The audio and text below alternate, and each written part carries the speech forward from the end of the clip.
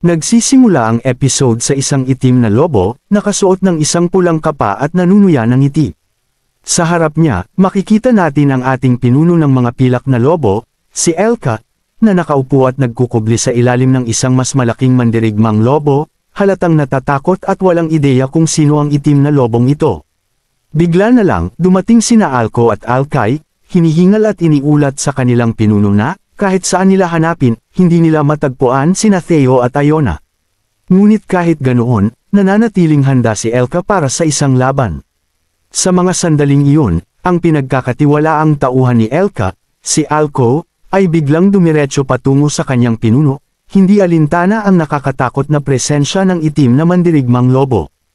Nang mapansin niya ito sa wakas, si Alko ay natigilan, nakanganga, hindi makapaniwala sa presensyang naroon. Pareho silang nagtitig ni Elka, parang sinusubukang intindihin kung paano at bakit ang itim na lobo ay narito. Mahinang sinabi ni Elka ang kanyang pagkalito, tahasang inaamin na wala siyang ideya kung bakit ang itim na lobo ay nasa kanilang daraanan. Ngunit anuman ang kaso, kailangan nilang gumawa ng paraan upang pigilan ang pagtakas ni Oren. Bigla na lang, ang itim na lobo, sa isang boses na puno ng pag-alit, sinira ang tense iyong katahimikan.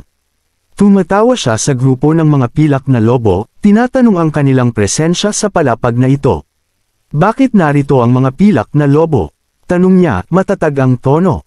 Ano ang gusto niyo? Samantala, si Oren, nanginginig at desperado, ay bumagsak sa kanyang mga tuhod at nagclasp ng kanyang mga kamay, tumangala sa itim na lobo na may luha sa mga mata.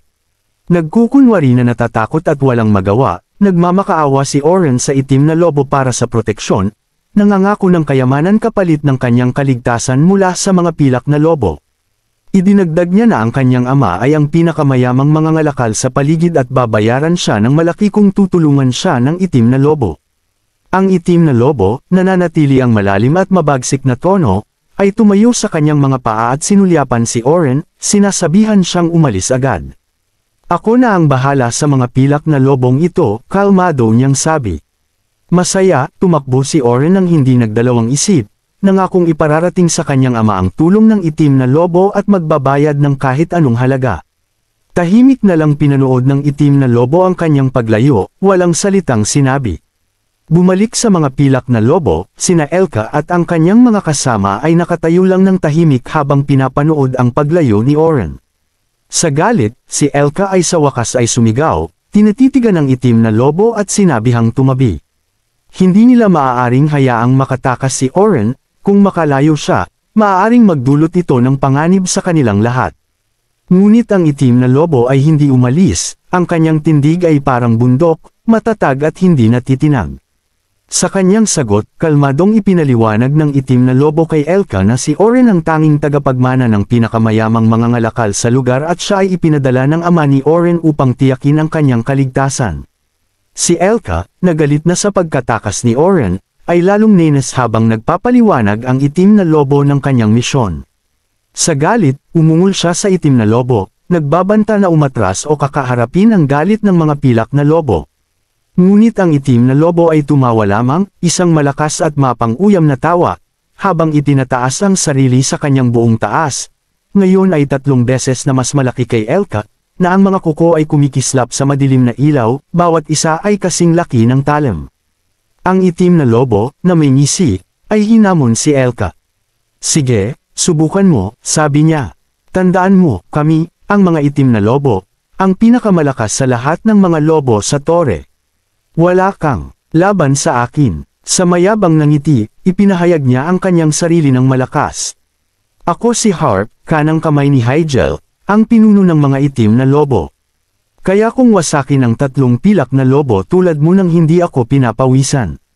Ang kanyang mga mata ay nakatitig kay Elka, mistulang hinahamon na gumawa ng unang galaw.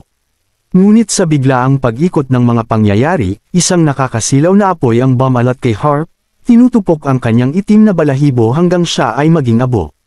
Si Harp ay halos hindi nakapag-react bago bumagsak sa lupa, nasunog ang katawan, at ang kanyang dila ay lumuwa. Parang natapos ang paghahari ni Harp sa isang iglap. Sina Elka at ang kanyang mga tauhan ay napamulagat sa takot, hindi makapaniwala sa nangyari sa makapangyarihang lobo. Biglang lumitaw si Iona, may hawak na tungkod, kalmado at malamig na lumapit kay Elka. Ipinaliwanag niya na si Harp ay wala ng ibang dulot kundi abala. Tinanong ni Iona si Elka kung lumampas ba siya sa kanyang lugar, ngunit tiniyak ni Elka na ang itim na lobo ay hindi naman kakampi niya. Sa sandaling iyon, dumating si Theo, aligagang tumitingin sa paligid. Tinanong niya si Elka kung nakita nito si Oren na tumatakbo palayo, ang pagkabahala ay kitang-kita sa kanyang mukha. Pagkatapos, ipinaliwanag ni Elka kay Theo kung paanong muntik na nilang mahuli si Oren ngunit isang itim na mandirigmang lobo ang humadlang at pinayagang makatakas si Oren. Naguguluhan pa rin, tinanong ni Theo si Elka kung bakit naroon siya. Pagkatapos ng lahat, dapat sana ay nasa ika-79 na palapag si Elka, naghahatid ng pulang balang kay Sejan. Ipinaliwanag ni Elka na natapos na niya ang paghahatid at bumaba sa ika-67 na palapag upang hanapin sina Iona at Theo, at nalaman na pumunta rin sila sa palapag na ito. Nakita ni Elka si Oren na tumatakas, at ang natitirang bahagi ng kwento ay alam na ni Theo mula roon. Ayaw mag-aksaya ng oras ni Iona, kaya pinutol niya ang kanilang usapan. Pinapaalala niya sa kanila na ang kwento ay maaaring ipagpaliban, ang mahalaga ngayon ay mahuli si Oren. Tumanggo sina Theo at Elka sa pagsang-ayon, at tinanong ni Theo si Elka kung may ideya ba ito kung saan patungo si Oren. Si Elka at ang kanyang mga tauhan ay ipinaliwanag kay Theo ang mga detalye. Ipinaliwanag nila kung paanong nakasalubong nila si Oren, halos mahuli siya, ngunit ang itim na mandirigma ang humadlang kaya nakatakas si Oren. Sinabi ni Theo kay Elka na patungo sila sa mansyon ng Granny Village. Ang eksena ay lumipat upang ipakita ang mansyon, ang napakalaking ari-arian ng ama ni Oren. Sa loob, isang higanteng itim na mandirigmang lobo na may mga 6 na pakete sa abs ang nakatayo, mas mataas kaysa sa iba. Mga lumang peklat ang marka sa kanyang kaliwang mata, at sa harap niya ay nakaupo ang ama ni Oren, halos nagmumukhang maliit sa kanyang presensya. Ang mesa sa kanilang harapan ay puno ng pagkain, ngunit walang kumakain. Ang katahimikan ay bumabalot sa buong silid. Ang higanteng itim na lobo ay walang iba kundi si Hegel, ang pinuno ng Black Wolf Clan. Binalingan siya ng ama ni Oren, inis na binanggit na si Harp, na dapat ay dala na si Oren, ay hindi pa dumarating. Sabi ng ama ni Oren na nalaman niya na si Oren ay dumating sa palapag na ito. Gayunpaman, nalaman din niya na tila may mga kaina-hinalang tao na sumusunod sa kanyang anak. Kaya tinawagan niya si Hegel upang tiyakin ang kaligtasan ni Oren. Nagtanong siya kung bakit hindi dumating si Harp kasama si Oren at kung nakasalubong niya si Harp sa daan. Sa kalmadong, halos walang pakialam na tono, pinayuhan ni Hegel ang ama ni Oren na magpasensya. Tiniyak ni Hegel sa kanya na hindi siya nagpadala ng mahinang tagapagbantay para kay Oren. Si Harp ang kanyang kanang kamay, halos kasing lakas ni Hegel mismo. Walang dahilan para mag-alala, malapit na rin dumating si Harp kasama si Oren. Ngunit bago pa man makasagot ang ama ni Oren, biglang pumasok si Oren sa pintuan, sumisigaw ng pangalan ng kanyang ama. Halo ng tuwa at galit ang sumilay sa mukha ng kanyang ama habang nilapitan niya si Oren. Tinanong kung saan siya nanggaling at kung bakit siya sumisigaw ng napakalakas. Tinanong niya si Harp, hindi ba kasama ni Oren si Harp? Ngunit si Oren, hinihingal mula sa pagtakbo, ay hindi sumagot. Sa halip, bumagsak siya sa sahig, humihingal at umiiyak. Hindi mapakali, tinanong ng kanyang ama kung nagdalaman lang ba si Oren ng pagkain. Na napansin niyang tila walang dala si Oren at tinanong kung inilagay ba niya ang mga pagkain sa kanyang mahiwagang bag. Ngunit wala pa ring sagot si Oren. Sa halip, sa paraang tila galing sa isang award-winning drama, hinawakan niya ang mga damit ng kanyang ama. Umiiyak na parang may malalim na nakaagrabyado sa kanya. Sa isang eksaheradong kwento, sinabi ni Oren na niloko siya ng isang goblin. Nang pumunta siya sa merchant village upang bumili ng pagkain. Ayon kay Oren, kasalanan nito lahat ni Theo. Ang goblin ay kasabwat ni Theo sa planong nakawan siya ng pera. Nagulat ang ama ni Oren. Lubos na naantig sa akusasyong iyon. Sa kanyang karanasan, si Theo ay palaging tila isang mabait, tapat na tao, walang kakayahang gumawa ng ganitong panloloko. Nagduda siya at nag-isip kung nagkamali ba si Oren. Si Theo, sa kanyang pagkakatanda, ay kaibigang simula pagkabata ni Oren. Ang inosenteng dilaw na pusa na minsang nakipaglaro sa kanya. Posible bang nagbago si Theo? Medyo naguguluhan, napansin ni Oren na hindi lubos na naniniwala ang kanyang ama sa kanyang kwento. Kaya mas binigyang diin niya ito, iginiit na si Theo ay malayo sa pagiging inosente. Si Theo, aniya, ay isang demonyo na nagkukubli.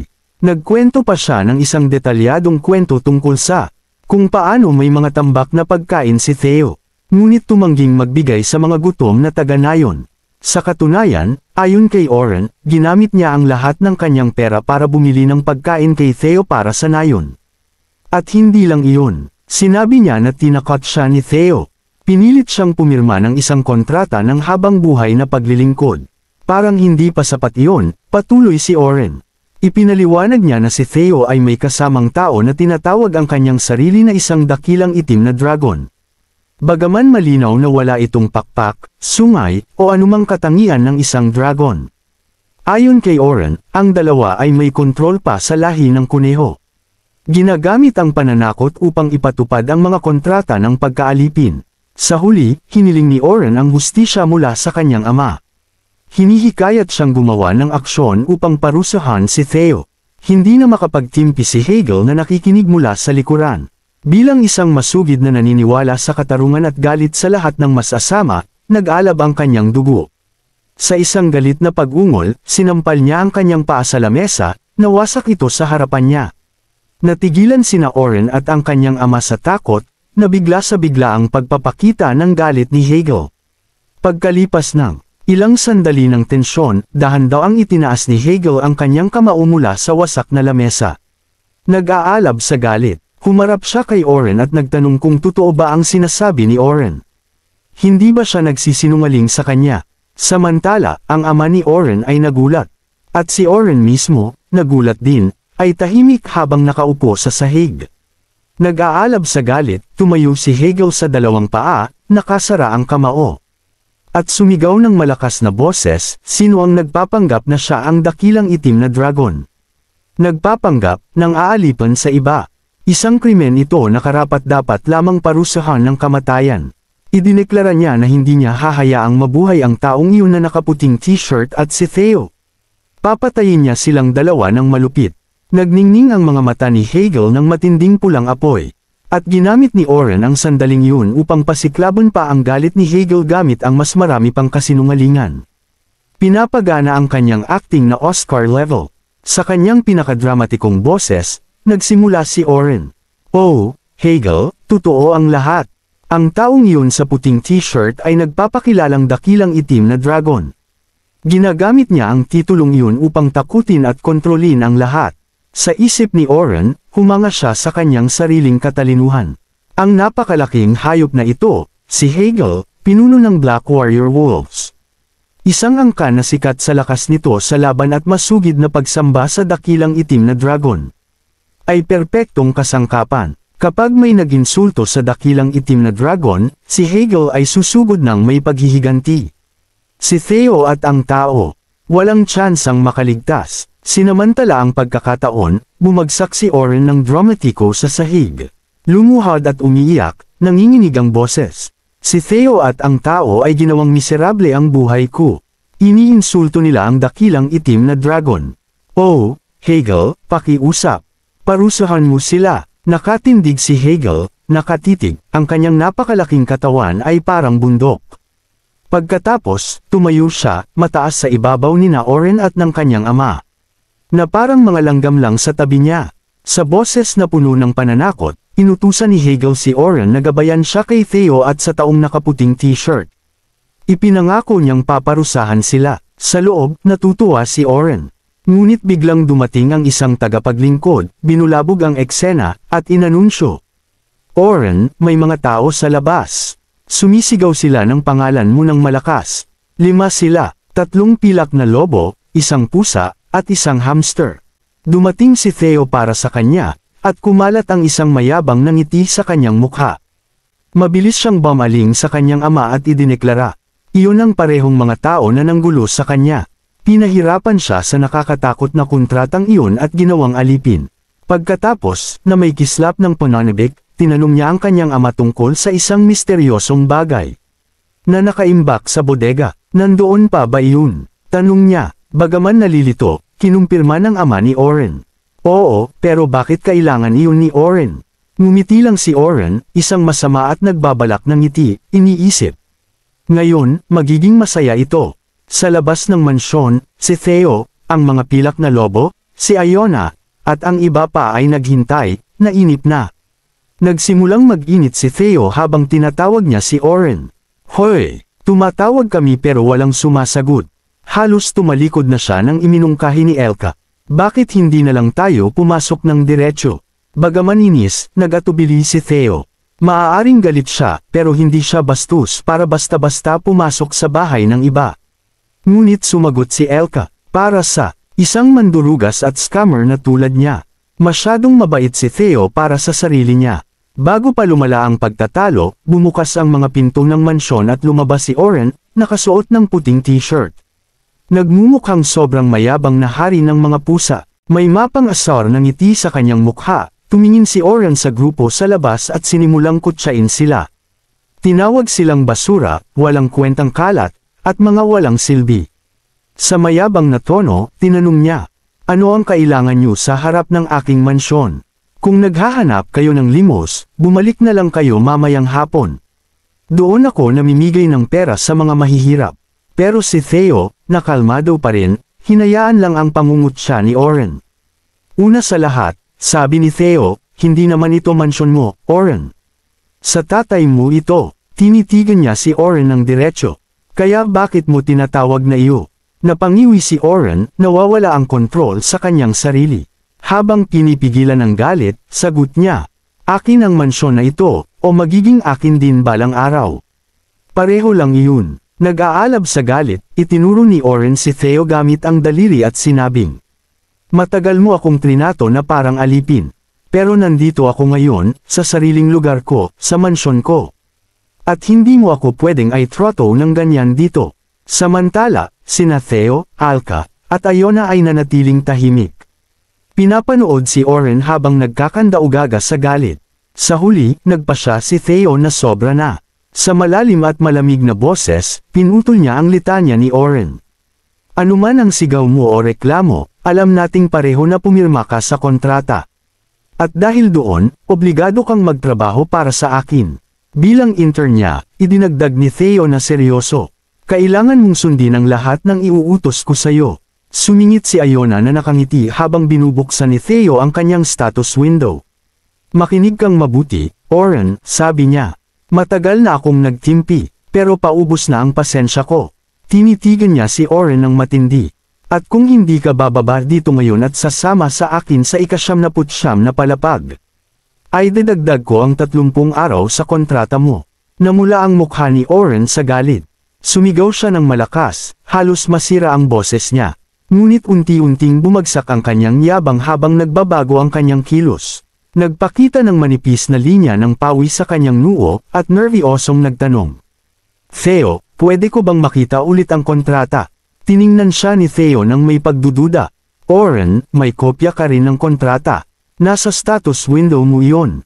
Buksan mo kung gusto mong makita, paliwanag niya. Pero nag-alinlangan si Oren, pabulong na nagsasabing baka may mali sa kontrata. Sinubukan niyang magpaliwanag, para lang sigurado. Habang nagsasalita, dahan-dahan siyang bumaba sa hagdan. May hawak na bagay sa kanyang kaliwang kamay na nakatago sa paningin ng iba. Lumapit siya, may halo ng kaba at pananabik sa mukha. Ngunit nakatutok si Theo sa kanyang status window, hindi napansin ang ginagawa ni Oren. Sige, sabi ni Theo, binuksan ang status window at inakay si Oren palapit. Tingnan mo, pagkatapos maghanda ka na para sa ika-79 na palapag. Pagdating ni Oren sa abot kamay ni Theo, bigla niyang inilabas ang nakatagong kamay, na may hawak na maliit na bote na puno ng kumikinang berdeng likido. Tinanggal niya ang takip nito ng palihim. Mahina ang tunog, pero sapat para marinig ni Elka na sumigaw ng babala. Theo, mag-ingat ka. Paglingon ni Theo, huli na siya ng 1 segundo. Lumundag si Oren at itinapon ang berdeng likido kay Theo. Pero bago ito tumama, biglang lumitaw ang isang misteryosong asul na harang sa harap ni Theo. Iniisip ni Theo, isa bang acid attack ito? Pumikit siya, naghahanda sa pinakamasama. Ngunit nang dahan-dahan niyang iminulat ang mga mata, napansin niyang iniligtas siya ng kakaibang asol na harang mula sa atake. Si Oren ay natulala, nakabukas ang bibig, iniisip, ano ang bagay na iyon. Samantala, nagngingit-ngit si Theo, sumigaw siya kay Oren, anong kalokohan ito? Ang asol na harang pala ay isang water barrier. At si Theo, ayaw niya ng tubig. Naisip niyang gawa iyon ni Oren, kaya pasigaw niyang tinanong. Bakit mo nilagay ang water barrier na ito sa akin, ha? Pero si Oren, litong-lito rin. Hindi siya gumawa ng anumang harang, lalo na't asol at gawa sa tubig. Habang iniisip niya ito, biglang napatingala si Oren. May paparating, at mabilis. Kaagad siyang umilag pabalik, halos matamba, dahil si Elka, galit na galit, biglang umatake. Si Elka, tila isang taong gustong pitpitin ng isang lamok, ay buong lakas na hinampas ang lupa kung saan nakatayo si Oren. Mabilis na nagkailag si Oren, pero alam niya, kung naging mabagal siya kahit isang segundo, tiyak na patay na siya. Tumalon siya ng malakas, napikot ang katawan ng 3 beses bago bumagsak sa lupa, bahagyang nasugatan ang ulo. Dahan-daang iminulat ni Oren ang kanyang mga mata, iniisip kung paano siya napahamak ng ganito. Nang tumingin siya, naroon si Iona, nakatayo sa harap niya, may hawak na berdeng bote ng asido sa kamay. Tinitigan siya ni Iona at nagtanong, kontrata nullification potion ba ito? Saan mo nakuha ang ganito kabihirang bagay? Ipinaliwanag niya, ang bagay na ito, kung ilalagay mo ito sa status window, kaya nitong i-cancel ang kontrata. Kung meron kang ganito kaalagang potion, nakakahiya naman kung sasayangin mo lang ito. Hindi makapaniwala si Oren, may ganito siyang pambihirang potion, pero naaksaya lang, hindi niya nagamit ng tama. Samantala, sina Elka at Theo, galit na galit pareho, tinitigan siya ni Elka ng masama at binalaan. Kapag lamika ka pa ng problema, pipit-pitin talaga kita. Si Theo naman, galit na galit din, sinabing, ang kontrata mo, pahabain natin ng isa pang 120 araw. Pero si Oren, puno na ng galit. Sumigaw siya kay Elka, tumahimik ka, sobrang frustrated na siya. Alam niya, sigurado siya sa sarili niya, nagagana ang plano niya. Kapag ginamit niya ang potion kay Theo, mabubura ang kontrata, tapos darating si Hegel, talunin si Theo, at mawawala lahat ng problema niya. Sinong gumawa ng asol na water barrier na ito? Hindi mapakali si Oren, iniisip kung sino ang responsable. Alam ng lahat na si Iona lang ang may kakayahang gumawa ng ganoon. At biglang parang kidlat na tumama ang ideya kay Oren. Si Iona, naroon lang, nakatayo sa tabi nila. Hinablot niya si Iona sa kwelyo, hinayla ito palapit, at inilabas ang matatalim niyang kuko, itinapat iyon sa leeg ni Iona. Sa matalim na boses, nagbabala si Oren. Walang gagalaw. Kapag may gumalaw, sasaksakin ko si Iona dito mismo. Tumingin siya kay Theo at sinabing, kung gusto mong mabuhay ang babae mo, ay cancel mo ang kontrata. Ngayon na, lalo pa niyang hinigpitan ng hawak, itinulak ang kanyang mga kuko sa balat ni Iona. Gawin mo na, at bibitawan ko siya. Samantala, si Theo, nakulong sa loob ng water barrier, nagngingit-ngit sa galit. Gusto ni Theo iligtas si Iona, pero dahil sa barrier, wala siyang magawa. Nakapako siya doon, galit na galit. Paulit-ulit na sumisigaw si Theo, buksan niyo ang water barrier. Hindi ako makalabas dito, pero walang sumasaklolo sa kanya. Habang naroon si Elka, alam niyang malaking pagkakamali ang ginawa ni Oren. Maling tao ang hinawakan niya. Iniisip ni Oren na si Iona ang pinakamahinang miyembro ng grupo, pero kapag nagalit ito, pwedeng matapos ang lahat sa loob ng silid sa isang iglap. Pero si Oren, walang kaalam-alam. Sinubukan siyang balaan ni Elka. Hindi mo alam ang pinapasukan mo. Ngunit pasiga siyang sinagot ni Oren. Tumigil ka. Hinugot niya ang isang matalim na kuko at idiniin ito sa leeg ni Iona. Pag hindi mo in-cancel ang kontrata, patay siya. Walang tigil si Oren, sigaw ng sigaw kay Hegel. Lumabas ka na at ipakita mo sa kanila kung sino ang mas malakas. Hindi alam ni Oren, galit na si Iona. Tahimik na nakaupo sa lap ni Oren, tila wala lang, walang takot sa mukha. Si Theo, Alka, at pati na rin si Silverwolf ay parang handang pumutok sa tensyon. Iniisip nila, kung magalit si Iona, malamang magulo ang lahat. Lumipas ang 5 minuto, at wala pa ring Hegel na lumabas mula sa mansyon. Ang weird, pati si Oren, nagsisimula ng malito. Pawis na siya, iniisip bakit hindi pa lumalabas si Hegel. Tinawag ko siya ng ilang beses. Saan na siya? Bigla, nagsalita si Iona, kalmado pa rin. Kung ang tinutukoy mo ay si Black Warrior Wolf Hegel, hindi siya lalabas dito. Hindi ngayon, hindi rin bukas. Narinig ni Oren si Iona, at naguguluhan siya. Ano ba itong maliit na hamster na ito? Muling uminit ang ulo ni Oren. Isa ka lang na mahina na hamster. Umupo ka, tumahimik ka, o kung hindi. Pero bago pa matapos ni Oren ang banta, biglang hindi makagalaw ang katawan niya. Hindi siya makagalaw ng kahit isang kalamnan. Hindi siya makapagsalita. Nakatayo siya doon, nararamdaman ang enerhiya niya na unti-unting nauubos. Dahan-daang bumangon si Iona mula sa lap ni Oren, hindi nagmamadali. At tinitigan siya ng may malamig na kalmadong tingin. Huwag ka nang umaasa na makagalaw o makapagsalita pa, kaibigan. Sinabi niya, dahil pinaralisado ko ang buong katawan mo. Yumuko siya, kinuha ang kanyang magic wand, at nagpatuloy. Akala mo ba mahina akong hamster lang dahil mababa ako? Isang malaking pagkakamali ang ginawa mo, kaibigan. Nakatayo si Oren, paralisado, at hindi niya ma-process ang nangyayari sa kanya.